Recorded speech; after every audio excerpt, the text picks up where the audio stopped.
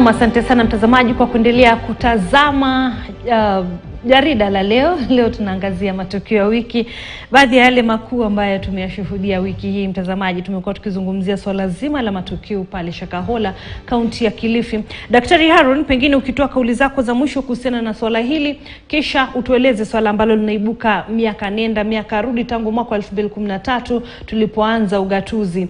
Kaunti na serikali kuu zinaonekana kuwa na ile vuta ni kuvute haswa inapofika wakati wa kupewa zile fedha ama mgao wao. Sasa kumekuwa kunaibuka kwamba basi pia wenyewe waangalie ushuru wao ambao wanakusanya, wajitosheleze kipato chao ili wawalipe wafanyakazi. Lakini wametishia siku 14 iwapo zitakamilika hawajapewa zile fedha kutoka kwa serikali kuu, basi wanasema watafunga. Watafunga nini?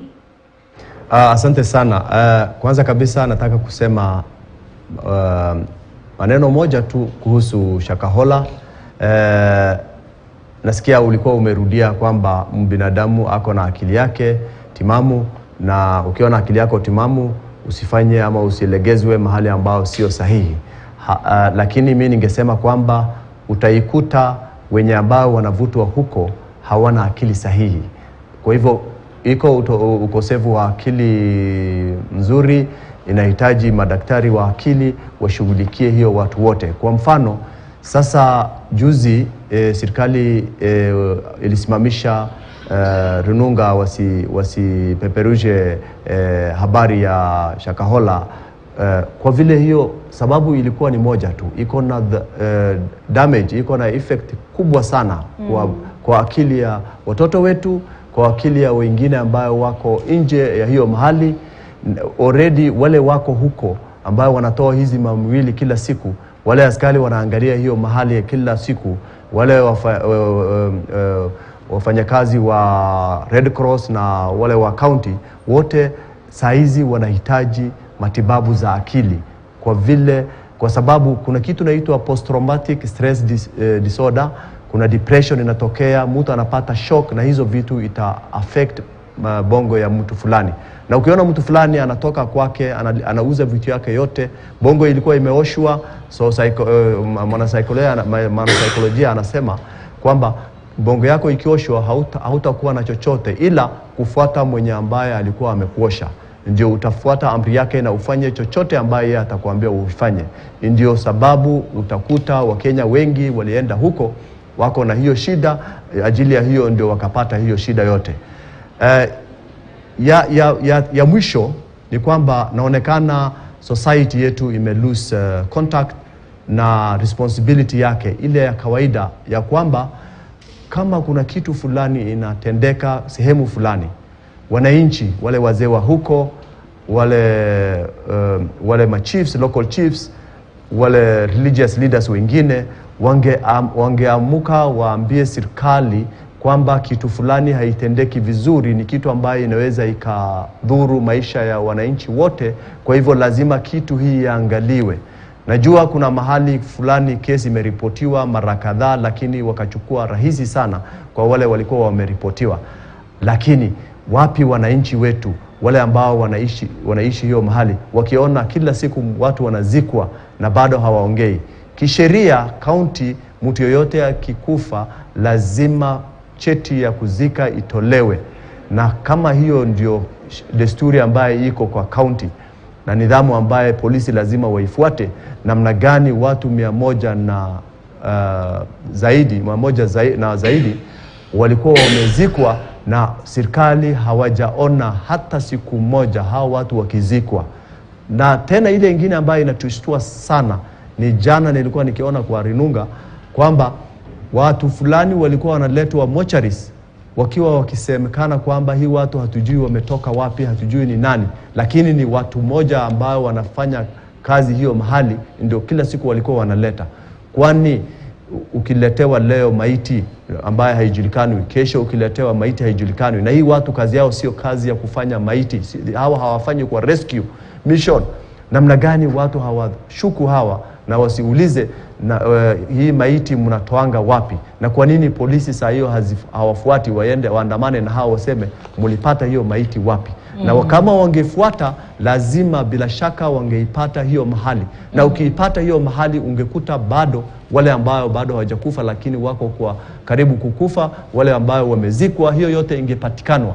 Kwa hivyo mimi naona kuna vile mheshimiwa alikuwa ameweka, kuna a bit of disconnect kati ya wananchi na our intelligence system, security system, na ile goodwill ya wananchi kwamba kitu fulani ikitendeka katika mahali ambao wewe unaishi, lazima ni responsibility yako. Kwa mfano nyumba yangu, jirani yangu leo nikiona hawajatoka kwa nyumba siku 3, unajua Nairobi majirani hawaonani, unakuta tu watu wanachomoka asubuhi wakienda kazi zao, haja zao, na asubuhi jioni kila mtu anarudi. Lakini jirani usually kuna kitu anaangalianga, anaona mbona jirani yangu hatoki wiki moja kwa nyumba yake. Sasa hiyo kuna swali ambayo utajiuliza, utaambia watu, useme kwamba mimi sioni hii jirani yangu kwa wakati hiyo kwa muda kadhaa. So utakuta kitu fulani ambayo wananchi ambao wangekuwa responsibility yao, social responsibility, naona hiyo pia imepotea. Wananchi wanaweza kukimbiza mambo ya siasa, wanaweza wakafanya demonstration baba akiwaita, lakini wakiona wananchi wenzao wanaififia, wanakufa, hakuna mtu anatokezea. Tumalizie swala hilo. Tugeukie nikiendelea na ile swala ambayo ulikuwa umeuliza. Tuko na shida mingi kuhusu rasilimali ya county na wenye ambao walikuwa wanatakiwa wapatie hawa kwa wakati. Kwa mfano, mimi nikiwa nafanyia serikali zamani, mishahara yetu ilikuwa inakujanga tarehe 26, 27, na hatujawahi kusikia kwamba hatukuwa tunakosa mishahara. Hatujui serikali ilikuwa inatoa mishahara wapi, lakini tulikuwa tunajua wakati ikifika mishahara inaingia account. Lakini saa ile nao desturi ya serikali imebadilishwa, ile ya jimbo na hii ya national, pesa ikatumwa huko county. Kuna kitu 3.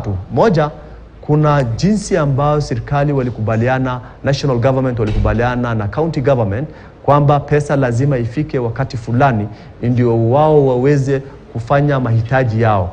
Hiyo ni moja. Ya pili, kuna sheria ambayo inachunga nidhamu na desturi ambayo hiyo pesa ingetumika.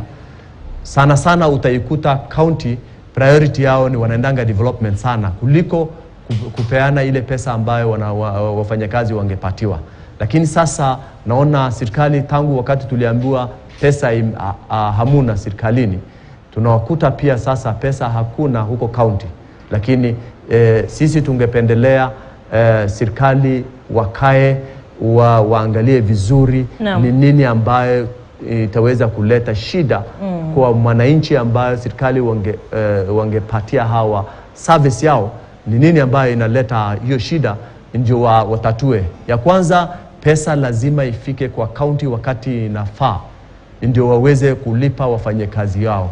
Lakini sasa Council of Governors wakisema tutastrike na tutasimamisha kila kitu, inamaanisha kwamba wataambia wafanyakazi wa serikali wasiende kazi.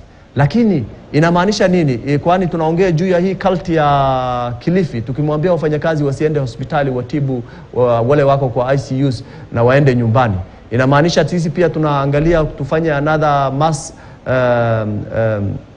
inaitwa nini, tufanye watu halaike watu wakufe kwa ukosefu wa services, ama tunamaanisha nini? So mimi ningependelea kwamba serikali watume pesa kwanza, national government watume pesa kwa county. Lazima wafanyakazi walipwe, wasichezewe maisha ya wananchi, wasichezewe siasa. Pesa yao ilipwe, watu wafanye kazi. Wakitaka kucheza siasa wakuje hii ambaye demonstrations na hizi ambaye wanafanywa hapa nje. Lakini sisi tungependelea mali na rasilimali ya county iende huko na wafanyakazi wapatiwe mishahara zao ndio wahudumie wananchi. Asante sana. Asante sana kwenye swala hilo. Wakili, kwa kifupi tu, pengine hizi fedha zitapatikana wanaposema watafunga, hii inawezekana kweli? Wakifunga inamaanisha nini? Basi wao sio magavana tena, na pengine wanaweza wakatafuta pesa za county wajitosheleze ule ushuru. Inawezekana kweli siku moja? Nadhani cha kwanza, hakuna kitu kinaitwa kufunga county, kwa sababu county ni kitu ambacho kimewekwa kikatiba na kuna taratibu zile zimenakiliwa kule. Iwapo utaondoa sehemu yoyote ya kaunti. Naam. Wapo kulikuwa hata na usemi kwamba Nairobi inatakana kuondolewa katika zile kaunti, tubaki kaunti 45 wala si 46 kama ilivyo 47 kama ilivyo. Kwa hivyo kuna taratibu lazima zifuatiliwe na lazima tuelekee kule inaitwa mambo ya kupiga kura ya maoni ya wananchi katika hilo swala ili kubadili katiba.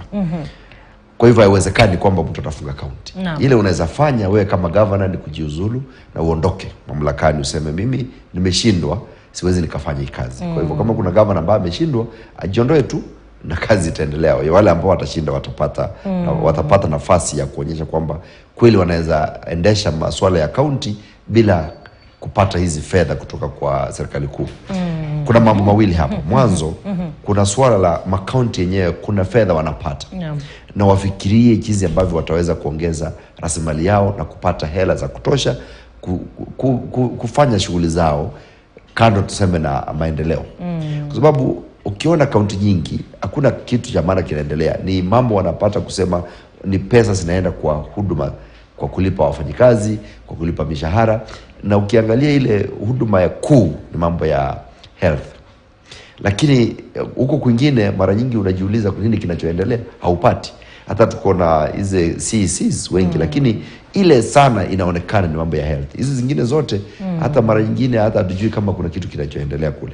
Kwa hivyo county lazima ziweke mikakati ya kupata hela zao, kupata ushuru wa kwao, kuhakikisha kwamba wameweka taasisi ama wameunda viwanda hapa na kule, kuhakikisha kwamba wameweza kupata hela za kutosha kufanya kazi yao, kujitosheleza wenyewe. Naam, bila shaka nataka tumalizie tugeukie kidogo tu mheshimiwa, swala zima la kiongozi wa upinzani Raila Odinga yuarejea leo.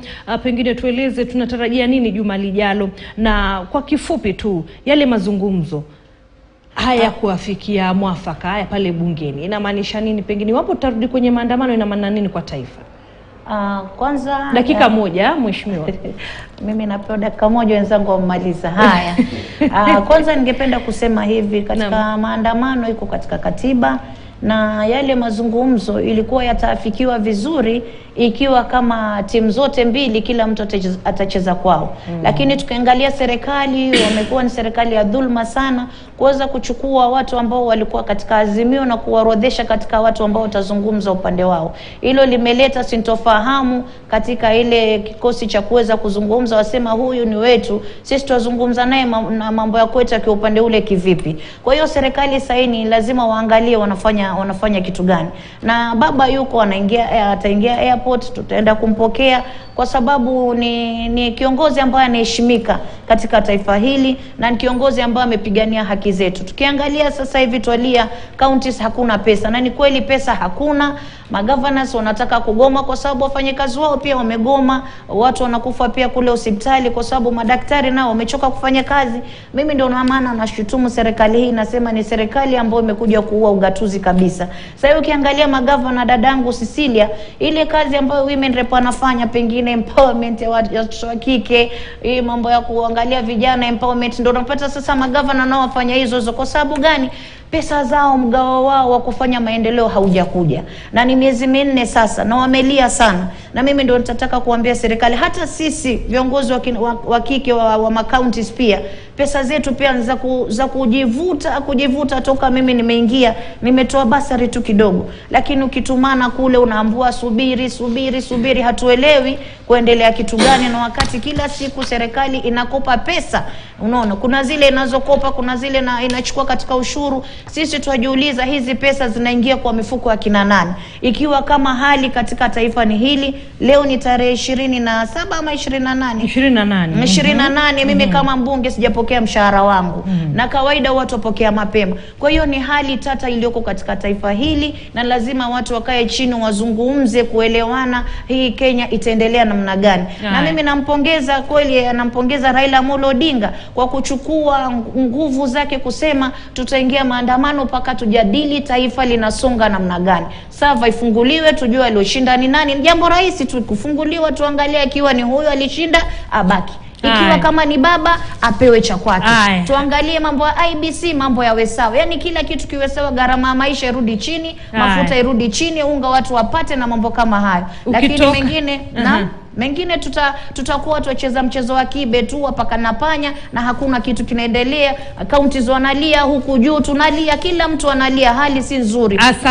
Asante sana. Tukomee hapo mtazamaji. Ni Zamzam Mohammed, ni mwakilishi wa kike pale kaunti ya Mombasa mtazamaji. Vile vile nimekuwa na Anyoka, ni wakili, na nimekuwa na Daktari Harun Hassan, ni mchanganuzi wa sera. Asanteni sana kwa muda wenu. Bila shaka naitwa Cecilia wa Kesho Mathuva, niruhusu nimpishe mwenzangu Ashley Mazuri na taarifa kwa lugha ya Kimombo. Endelea kututazama. Asante sana.